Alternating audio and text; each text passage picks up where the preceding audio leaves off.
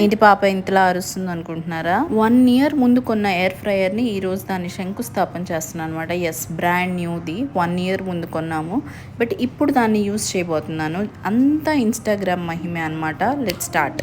మీరు అడగచ్చు 1 year ముందు తీసుకొని ఇప్పుడు దాకా ఎందుకు యూస్ చేయలేదని. ఎస్, అమూల్య అంటే బద్ధకం, బద్ధకం అంటే అమూల్య అనమాట. మనం ఇంతలా పొగడకూడదు కాబట్టి కొంచెం క్లీన్ చేసేసి ఎస్థెటిక్గా ఉండాలి కాబట్టి క్లీన్ చేశాను.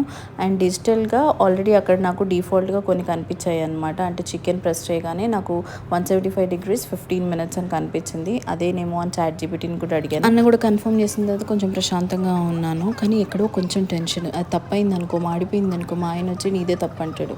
కరెక్ట్ అయింది అనుకో, ఎయిర్ ఫ్రైయర్ చాలా బాగా చేసింది అంటాడు.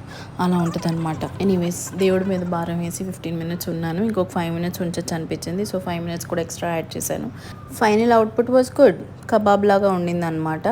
కబాబ్స్ నచ్చి less oil and healthy life style maintain చేయాలనుకునే వాళ్ళైతే ఖచ్చితంగా ఎయిర్ ఫ్రైయర్ ట్రై చేయండి. యా, మాన్యువల్ ఉంటుంది. నాలాగా పోగొట్టుకోకుండా నెక్స్ట్ టైం మాన్యువల్ కూడా దాచి అది చూసి చేసేయచ్చు. యా, బోయ్.